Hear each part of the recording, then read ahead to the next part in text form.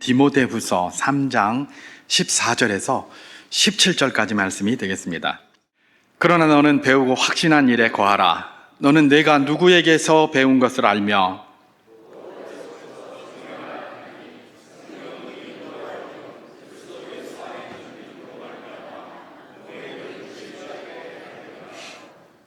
모든 성경은 하나님의 감동으로 된 것으로 교훈과 책망과 바르게 함과 의로 교육하기에 유익하니 이는 하나님의 사람으로 온전하게 하며 모든 선한 일을 행할 능력을 갖추게 하려 함이라. 아멘.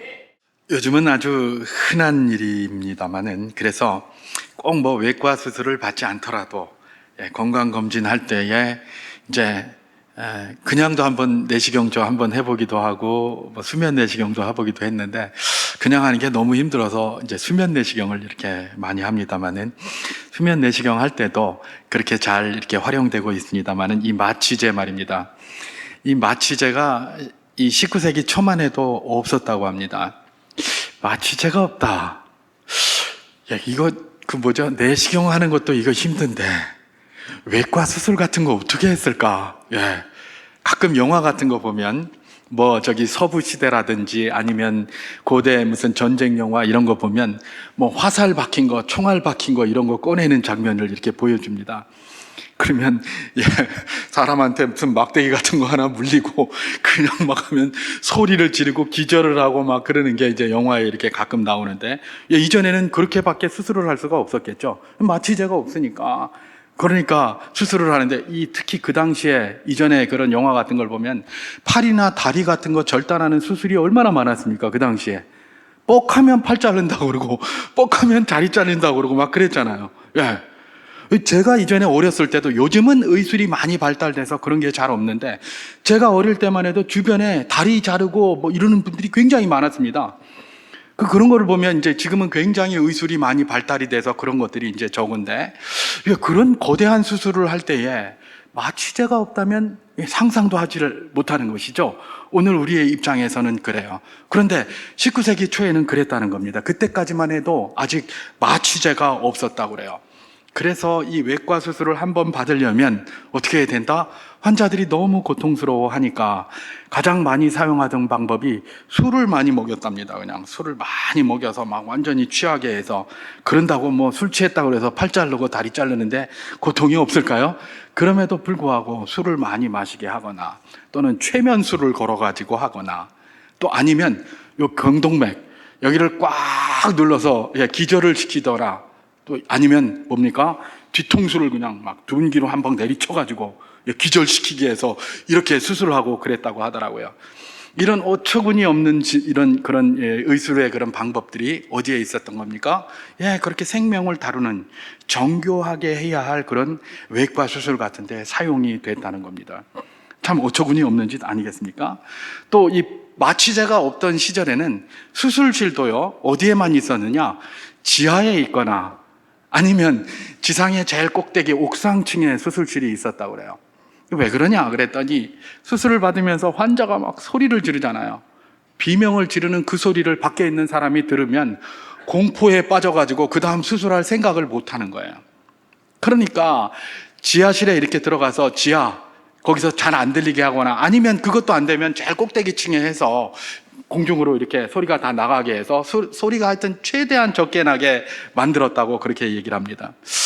여러분, 수술하는 환자가 비명 지르는 거는 수술 받아야 할 사람에게도 공포지만 수술하는 의사에게도 공포예요. 그렇잖아요.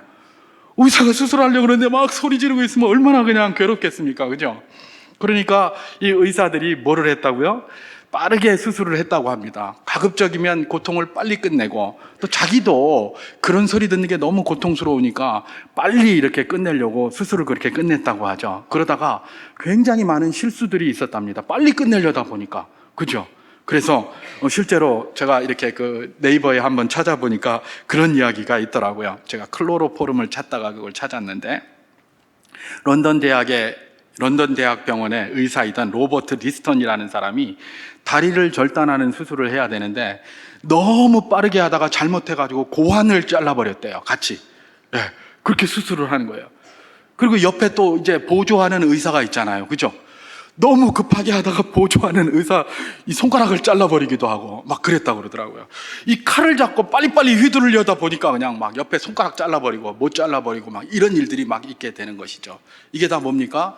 마취제가 없던 시절에 고통 가운데 울부짖는 그 수술하는 환자들에 대한 그런 방식에서, 또 그것을 신속하게 처리하는 방식에서 나타난 문제였던 것입니다. 이런 어처구니 없는 상황이 계속되는 가운데 스코틀랜드에 제임스 심슨이라는 사람이 있었습니다. 이 제임스 심슨이라는 사람이 뭘 발견했습니까? 마침내 클로로포름으로 마취제를 발견하게 되었습니다. 이 사람이 어떻게 마취제를 발견하게 되었는가? 일설에 의하면 이 사람이 창세기를 읽다가 영감을 얻었다고 하죠. 창세기 2장에 보면 아담이 혼자 독처하는 것이 보기가 싫어서 하나님께서 하와를 만듭니다. 근데 하와를 만드실 때 어떻게 하죠? 깊이 잠들게 한 후에 뭐 그 전에 했던 것처럼 막 술을 막 때려 먹인다든지, 아니면 뭐 최면을 건다든지, 아니면 경동맥을 막 압박을 한다든지, 아니면 뒤통수를 내리친다든지, 이런 방식으로 하지 않고 하나님이 아담을 깊이 잠들게 하신 후에 갈비를 뽑아낸 거예요. 갈비뼈를. 그죠? 그래서 하와를 만든 거예요. 그거에서 착안이 된 겁니다. 아, 깊이 잠들면 수술을 해도 아픈 줄 모르겠구나. 여기서 착안을 한 것이죠. 그래서 이 사람이 뭘 발견했다고요? 클로로포름을 발견한 거예요. 그래가지고 그 클로로포름을 여러 사람들에게 인체 시험을 거쳐가지고 마침내 1847년도에 논문을 하나 내는 겁니다. 논문을 내서 이걸 통해서 마취를 하게 되면 우리가 외과 수술을 할 때에 환자의 고통을 크게 줄일 수가 있다라고 이렇게 했습니다. 그런데 그 좋은 그런 어떤 방법이 나왔음에도 불구하고 사회적으로 난리가 났었다 그러죠. 왜 난리가 났었는지는 모르겠어요. 그건 뭐 네이버나 이런 데도 그런 내용이 없더라고요. 왜 난리가 났는지는 모르겠는데 어쨌든 뭐 난리가 났었답니다. 그런데 그 난리 난 것을 잠재우기 위해서 이 제임스 심슨이라는 분이 어떻게 했다고요? 성경을 가지고 설명을 했다는 거예요. 그러면 사실 영국이 그때 다 성공회잖아요. 그죠? 다 크리스찬들이 영국 사람들이에요. 그게 영국 국교회가 있으니까. 그죠?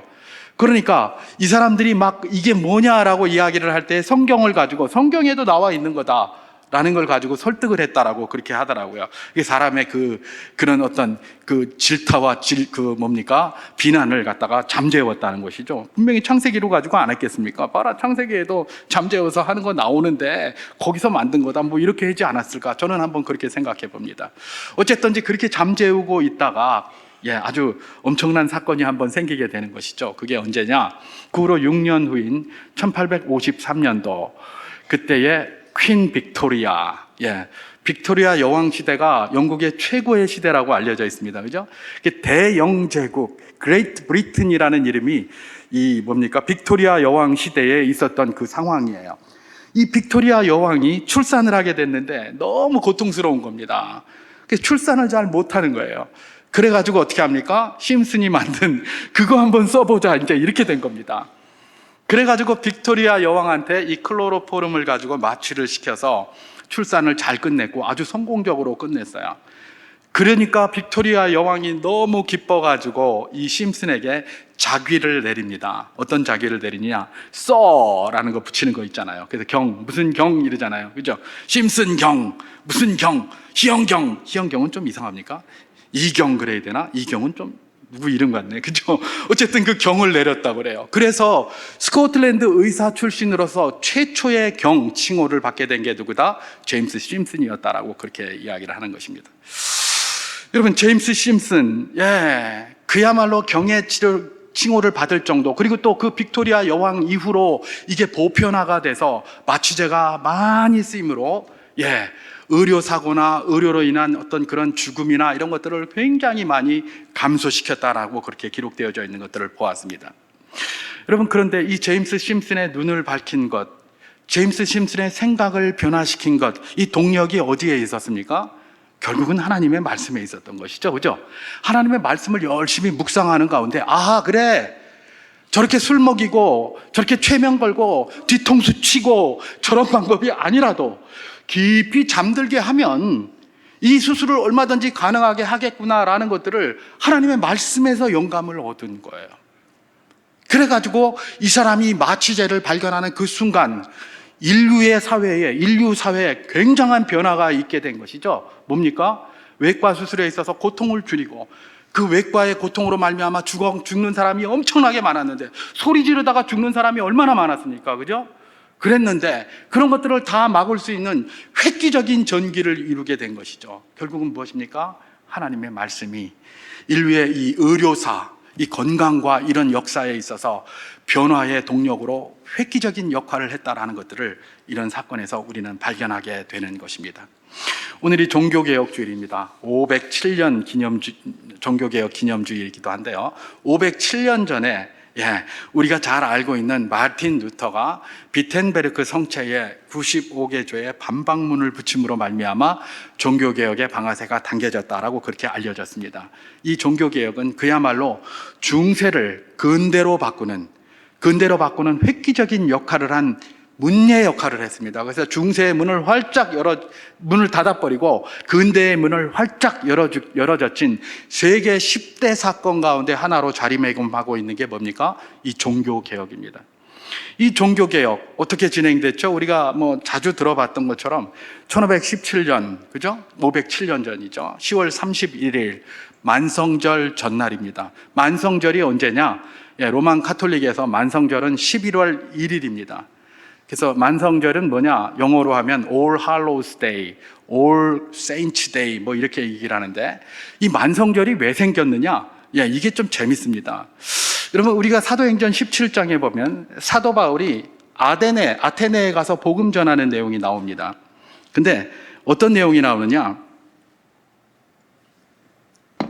사도 바울이 전에도 제가 한번 말씀드린 것 같은데, 물론 성경 말씀을 해석하다 보니까 계속 나오겠죠. 아레오바고 광장으로 복음을 전하러 이렇게 가는데 제단들이 쫙 있는 겁니다. 제단들이 딱 있는데 어떤 제단을 보니까 희한한 제단이 하나 있는 겁니다. 그 제단이 뭡니까? 알지 못하는 신에게라는 그런 제단이 하나 또 있었어요. 그래서 사도 바울이 사람들한테 복음을 전하면서 아레오 광장에서 뭐라고 얘기를 합니까? 내가 오다가 보니까 알지 못하는 신에게라고 써놓은 그 제단이 있는데 내가 그 신이 누군지 알게 하겠다 라고 하면서 복음을 전하는 내용이 사도행전 17장이에요. 그러면 그 알지 못하는 신에게라고 하는 그 제단은 뭘까? 여러분, 올림푸스 12신 이런 신들 있잖아요. 그쪽에 그런 신들이 굉장히 많이 있었거든요. 그러니까 이런 신의 제단들이 다 있어요. 근데 제단을 만들어 놓고 이 사람들이 가만히 생각해 보니까 혹시 제우스보다 더 센 신이 있는 거 아니야? 주피터보다, 제우스는 헬라식이고 주피터는 로마식입니다. 주피터보다 더 센 신이 있는 거 아니야? 자기들이 모르는 거예요. 거기 보면 센 신이 굉장히 많아요. 어떤 때는 이 신이 세졌다가 저 신이 세졌다가 그리스 로마 신화 같은 거 보면 그렇게 나오거든요.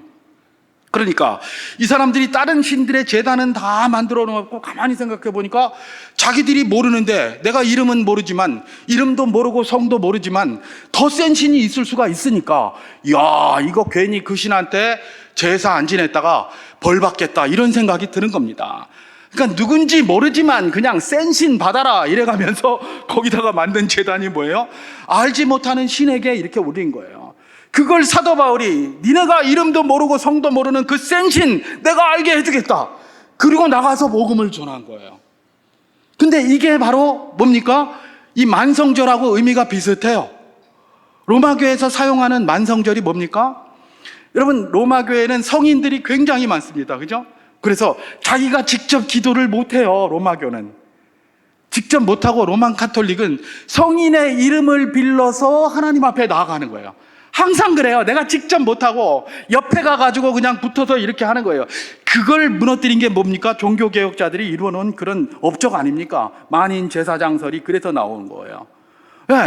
직접 나가지를 못하고 성인을 갖다가, 이름을 갖다가 비춰서 그 성인의 이름으로 나아가는 거예요. 성모 마리아가 굉장히 높임을 받습니다. 왜 그렇습니까? 성모 마리아는 성인 중에 성인이잖아요. 예수님의 어머니니까. 그래서 마리아의 이름으로 나아가면 하나님이 더 기뻐받고 예수님이 기뻐받으실 것이다, 그렇게 생각을 하는 겁니다. 그래서 마리아를 높이는 것이죠. 그게 이제 로마교가 일반적으로 하는 것입니다. 어쨌든 이 사람들이 성인이 굉장히 많은데 이 성인들을 각각 기념하는 날들이 있습니다. 그래서 무슨 축일 그래서 성인의 날이 굉장히 많아요. 근데 문제는 뭡니까? 아니, 성인이 365명이 넘네? 이게 문제입니다. 그죠? 성인이 뭐 한 10명 되거나 뭐 20명 되면 괜찮은데 365명이 넘어가는 순간부터 그때부터 스트레스가 됩니다. 왜냐하면 누구는 성인 날 세워주고 누구는 안 세워줘? 예, 성인이 화가 날 일입니다. 그래서 기도 받았다가도 그냥 내 기도 들어주려고 했는데 이 마음에 안 들어 그냥 가 그냥 이럴 것 같아요. 그러니까 만든 게 뭡니까? 만성절이에요. 11월 1일. 그래, 뭔진 모르겠는데 5만 이런 어떤 성인들 다 이날 한날 축일로 하자. 그래서 만성절이라고 붙인 거예요. 다른 성인의 날들이 있어요. 그 성인의 날 말고 그거 말고 그냥 5만 성인들 다 끌어 모아가지고 이날 한번 축일을 하자라고 해서 만성절을 만들었고 그게 11월 1일이고 그 만성절 전날이 어떤 날입니까? 예, 축제의 날이에요. 그 만성절을 위해서 각처에서 많은 사람이 모이거든요. 요즘은 그 만성절 전날을 뭐라고 얘기를 합니까? 우리가 만성절은 몰라도 만성절 전날은 너무나 잘 알아요. 왜요? 하도 떠드니까. 어떤 날이죠? 할로윈이 바로 만성절 전날이에요. 만성절이 All Hallows Day라고 합니다. 또는 All Saints Day 이렇게 얘기합니다. 그게 만성절이에요. 근데 전날이니까 뭐예요? 이브잖아요. 이브닝. 그죠? 그래서 All Hallows Day 이브닝을 갖다가 붙여서 뭘로 만든 겁니까? 할로윈으로 만든 거예요. 또 오늘날과 같이 이상한 탈바가지 뒤집어 쓰고 이러는 건 후에 나온 거고 그때만 하더라도 그 만성절 전야 행사가 굉장히 컸습니다. 루터가 이 만성절 전야 행사에 온 많은 사람들에게 함께 보자고 거기다가 소위 알려진 95개조의 반박문을 딱 붙인 거예요. 그럼 그 반박문은 어떻게 붙이게 되었는가? 루터가 변화받은 것도 똑같은 내용이에요. 자기도 이전에는 자기 동료가, 자기 친구가 스토테른하임에서 번개 맞아서 죽는 거를 보고 나서 굉장한 충격을 받았습니다. 우리나라에도 벼락 맞아 죽었다 그러면 굉장히 저주받은 것 같이 하잖아요. 뭐 그 동네는 안 그렇겠습니까? 벼락을 맞아서 죽은 거예요. 사실 독일에는 벼락이 굉장히 많이 떨어지는 그런 동네인데 어쨌든 벼락 맞아서 죽었어요. 그걸 보고 그때부터 나는 구원을 받았는가에 대한 굉장히 고민이 있었죠. 그러면서 구원받았는지 확신을 얻기 위해서 별짓을 다 했습니다. 수도원에서 가서 수도도 하고 뭐 신부이기도 했어요. 그분이 별짓을 다 하고 다 했는데 이게 구원의 확신이 얻는 겁니다. 그러던 중에 비텐베르크에서 자기가 사제였기 때문에 학생들을 가르치는 신학생들을 가르치는 그 과정에서 로마서를 연구하고 로마서를 묵상하다가 유레카 무릎을 친 것이죠. 로마서에서 뭡니까? 오직 의인은 믿음으로 말미암아 살리라 라고 하는 그 말씀을 딱 붙잡게 된 겁니다. 우리가 의롭다함을 입는 것은 우리의 어떤 공로도 아니고 우리의 어떤 수고도 아니고 오직 믿음으로 말미암는 것이다라는 확신을 얻게 된 것이죠. 그러고 나서 가만히 살펴보니까 그 당시에 뭐예요? 면죄부 같은 걸 팔았던 거예요. 면죄부 같은 거. 왜 면죄부 같은 걸 팔았느냐? 그 당시에 로마교는 말입니다. 이 자정력이 없었어요. 성도들에게 성경이 기본적으로 없어요. 성도들에게 성경이 기본적으로 없고 성경도 어떤 것만 성경으로 했습니까? 라틴어 성경, 벌게이트 이것만 성경이라고 했어요. 그러니까 안 그래도 일반 이런 글자로 해도 글자를 못 읽는 사람들이 대부분이었어요. 자기 나라 말로 해도 글자를 대부분이 못 읽는데 라틴어로 써놓으니까 사제들도 못 읽네? 사제들도 예배를 집례해야 되고 이러는데 그 성경을 읽을 줄을 몰라요. 그런 것이 있는 거예요. 그러니까 전부 라틴어로 된 성경, 이것만 텍스투스 리셉투스, 이것만 진짜 성경이다 이래가지고 그걸 갖다가 다 하게 했고 그 성경조차도 사람들한테 없고 이러니까 어떻게 합니까? 뭐가 바른 건지 기준을 모르는 거예요.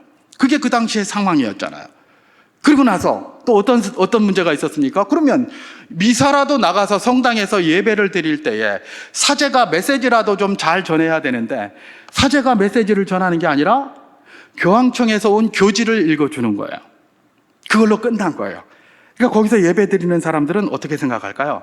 교황이 보내준 교지가 곧 하나님의 말씀이라고 생각하지 않겠습니까? 그렇잖아요. 왜냐하면 하나님의 말씀을 전한다고 하면서 교황이 보낸 걸 읽어주니까 그렇게 되는 겁니다. 어떻게 해야 될지 판단할 기준도 없고 또 그런 판단할 능력도 없었어요. 그런 상황이라서 루터는 뭐라고 얘기했습니까? 나중에 영적 바벨론 포로 시대다라고 이야기를 한 것 아니겠습니까? 바로 그런 시기였어요. 그런 시기에 가만히 보니까 이게 이상해서 하나님의 말씀은 이런 얘기도 하지 않는데 왜 자꾸 이렇게 가르치는가 한번 토론해보자. 그래서 그 만성절 전날 할로윈, 요즘으로 말하면 할로윈, 그 사람들이 부글부글 모인 그 자리에서 한번 토론해보자고 갖다 붙인 겁니다. 그 붙인 것을 하나님께서 사용하셔서 어떻게 한 겁니까? 놀라운 종교개혁의 방아쇠를 당기게 된 것이죠. 그게 507년 전 10월 31일에 독일의 비텐베르크에서부터 시작되어서 종교개혁이 일어났고 우리가 그 후예의 자리에 지금 서 있는 것입니다. 근데 여러분, 여기서 루터가 이 종교개혁을 하려고 할 때에 나는 이걸 갖다가 해서 세상을 바꾸어 보겠다 이런 생각 한 번도 안 했습니다. 내가 이걸 통해서 그냥 막 카톨릭을 확 뒤집어 보겠다 이런 생각도 안 했어요. 내가 이걸 통해서 중세의 문을 닫고 근대의 문을 열어젖히리라 이런 생각 한마디도 안 했습니다. 한 번도. 그러면 한 게 뭐예요? 결국은 내가 어떻게 하나님 앞에 의롭다함을 입을 것인가 고민하면서 자기 개인 문제 가지고 고민하면서 하나님 말씀을 읽다가 거기서 영감을 얻게 된 것입니다. 뭘 이야기하고 있습니까? 하나님의 말씀이 곧 루터의 변화의 원동력이었다라는 바로 그것 아니겠습니까? 바로 그것입니다. 그래서 루터가 그때부터 종교개혁의 방아쇠를 당기고 그래서 507년이 지난 오늘 우리가 이 종교개혁 주의를 기념하면서 이렇게 예배를 드리고 있는 것입니다. 결국은 이 제임스 심슨도 그렇고 마르틴 루터도 그렇고 이 사람들이 다 뭐예요? 결국은 하나님의 말씀이 변화의 동력이 되어서 이들의 눈을 바꾸고 이들의 생각을 바꾸고 그렇게 해서 그런 역사들을 이끌어 갔던 것들을 볼 수가 있습니다. 여러분, 교회의 역사를 보면 그렇습니다. 모든 것들이 다 하나님의 말씀을 붙들고 씨름하는 사람들을 통해서 방아쇠가 당겨졌고 하나님이 놀라운 능력의 역사를 거기에 허락하셔서 그때부터 변화가 일어났던 것이 교회의 역사가 보여주는 겁니다. 교회의 역사를 들여다보면 한 번도 사람들이 자기 머리를 가지고 뭘 하겠다 해서 운동해서 된 거 하나도 없어요. 다 하나님이 역사하시고 말씀 가지고 씨름하던 사람들을 움직이셔서 그렇게 움직여 가셨지 그렇게 안 움직인 게 단 한 번도 없다는 것입니다. 그래서 오늘날 여러 가지 어떤 어두운 환경들이나 영적으로 어두워 보이는 이런 상황 속에서 세상이 타락한 것 같고 이런 상황 속에서도 그래도 교회가 희망인 것이 무엇입니까? 교회가 하나님의 말씀을 붙들고 있기 때문에 그래요. 말씀을 붙들고 있기 때문에 이제 변화할 수 있는 동력이 있는 거예요. 말씀을 붙들고 있지 않으면 그게 동력이 되지 못하는 것이죠. 요즘은 세상 사람들은 당연하고 그리스도인들조차도 하나님의 말씀의 능력에 대해서 굉장히 회의적인 것 같아요. 그러니까 말씀 붙잡고 뭘 하자고 하면 그거 하기보다는 우리가 뭘 하자 그러면서 씨름하자 그러면서 세상하고 똑같은 방법으로 운동 같은 거를 많이 하려고 한단 말이죠. 그 자체가 나쁘다는 것이 아니라 하나님의 말씀에 대한 능력에 대한 어떤 그런 회의 또 불신의 그런 발로가 아닌가 그런 소치가 아닌가 우리가 그런 생각도 한번 해볼 필요가 있습니다. 왜냐하면 요즘 그런 게 워낙 많기 때문에 그래요. 워낙 많기 때문에. 그런데 교회의 역사는 뭘 이야기하고 있습니까? 사람이 운동해서 이루어진 게 하나도 없어요. 다 하나님께서 맞을 붙들고 씨름하던 그 사람의 눈을 바꾸고 생각을 바꿔서 그렇게 했던 것이죠. 오늘 우리가 읽은 본문 말입니다. 이 본문도 그렇게 만드는 하나님의 말씀이 어떤 것인지를 잘 보여주고 있는데요. 오늘 우리가 읽은 것은 디모데 후서입니다. 디모데 후서는 사도 바울이 자기 가슴으로 낳은 아들 디모데에게 보낸 편지 아닙니까? 여러분, 사도 바울도 이 디모데에게 이런 편지를 보내기까지 과정을 겪었는데 그 과정이 결국은 뭡니까? 하나님의 말씀이 변화의 동력이 되었기 때문에 그래요. 원래 사도 바울은 대단한 사람 아니었습니까? 그죠? 유대교에 침잠해 있고 수석하던 그런 사람이에요. 구약 성경에 대해서 달통하고 있던 그런 사람 아닙니까? 그죠? 그죠? 그런 안경으로만 계속 봤는데 열심히 특심이라서 안 해도 될 일 다메섹까지 가서 그리스도인 잡아오겠다 하고 쫓아가다가 누구를 만났습니까? 부활하신 예수님을 만났어요. 예수님을 요즘 인격적으로 만났다고 하는데 그게 바로 그런 표현입니다. 부활하신 예수님을 만났어요. 그리고 나서 이 사람의 눈의 비늘과 같은 것들이 벗겨지고 그때부터 이 사람이 성경을 보는 관점이 변했어요. 그래서 구약 성경을 이전에도 많이 읽었는데 이제 그런 관점이 아니라 새로운 관점으로 다 변한 거예요. 이전에는 구약 성경을 읽을 때마다 뭐 다른 얘기만 잔뜩 읽었는데 지금은 볼 때마다 전부 예수가 거기서 나오네. 자기가 그렇게 욕하던 예수가 다 나오고, 그러니까 예수로다가 새로 딱 만들어가지고 완전히 변화가 돼서 그렇게 이해를 하게 된 게 누굽니까? 바로 그 사도 바울인 것이죠. 사도 바울도 결국은 예수님을 만나서 그렇게 된 거예요. 여러분, 예수님을 만났다는 게 뭘까요? 제가 가끔 말씀드립니다만은 우리는 주님을 만났다 그러면 뭐 예수님께서 갑자기 가만히 있는데 이영아 내가 왔다, 대동강아 내가 왔다, 을밀대야 내가 왔다, 이런 거 아니에요. 그런 것도 있어요. 그런 방식도 있어요. 그런데 우리 주님께서 우리를 만나는 건 어떤 방식이라는 겁니까? 말씀으로 만나는 거예요. 우리 주님이 하나님의 말씀이잖아요. 믿습니까? 태초부터 있는 하나님의 말씀, 로고스 투 테오, 하나님의 말씀이에요. 하나님의 로고스가 우리 주님이에요. 그러니까 결국은 사도 바울이 만난 것은 뭡니까? 예수님을 만난 거예요. 그것도 인격적으로 만난 거예요. 여러분, 인격적으로 만났다는 게 뭐라고 그랬죠, 제가?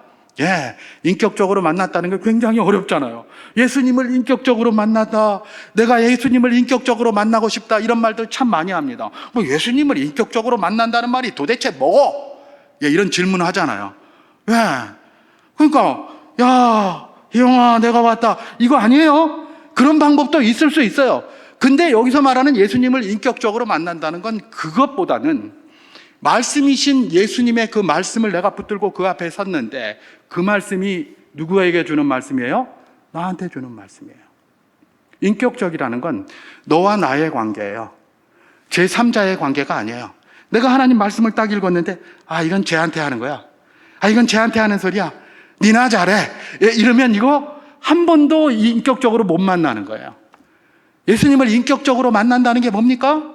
하나님의 말씀을 내가 붙들었으면 이 말씀이 나에게 하는 말씀이구나, 나에게 하는 말씀이구나 라고 하면서 나를 치는 겁니다. 이게 예수님을 인격적으로 만나는 거예요.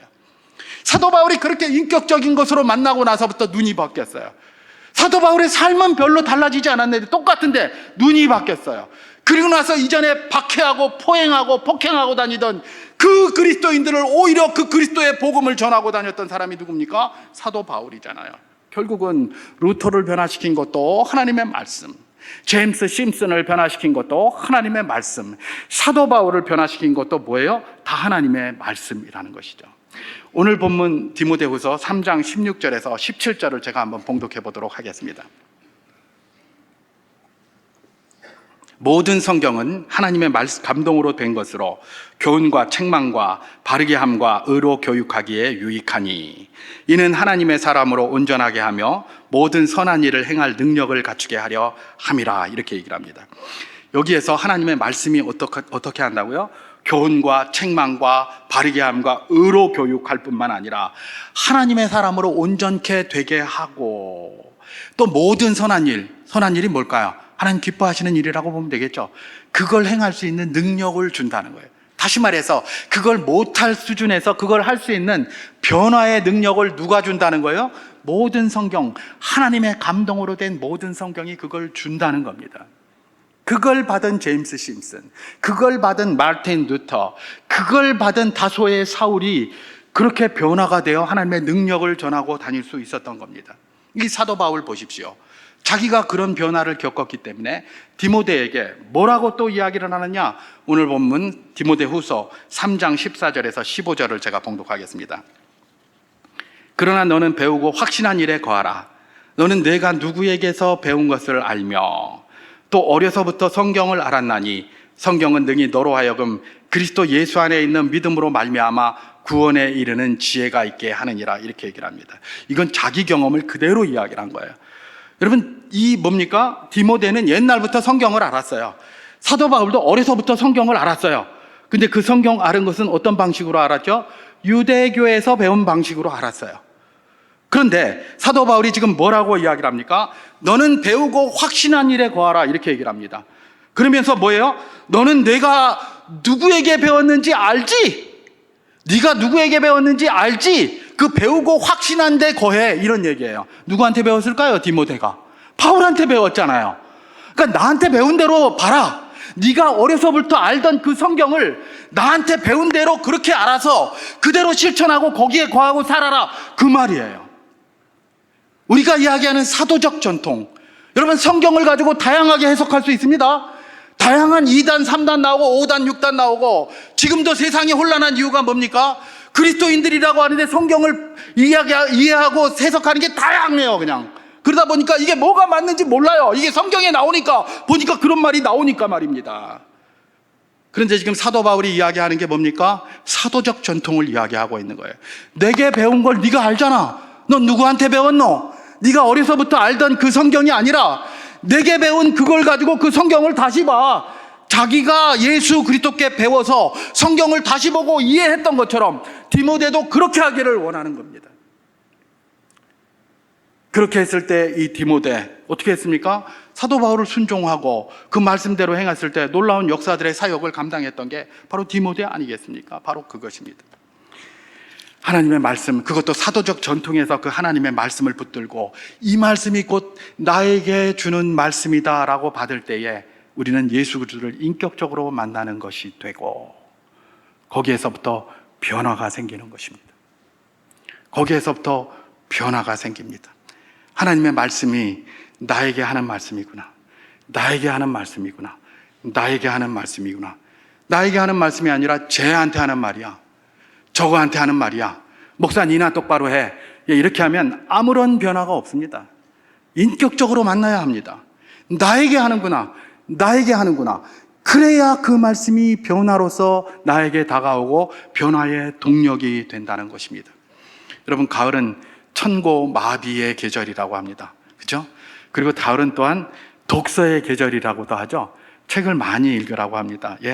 다른 책도 많이 읽는 것이 좋습니다. 그러나 무엇보다도 종교개혁주의를 맞아 이번 가을에는 하나님의 말씀을 붙들고 예수님 인격적으로 한번 만나봐야 되겠다라는 결단할 수 있는 복된 분들 다 될 수 있기를 주님의 이름으로 축원합니다.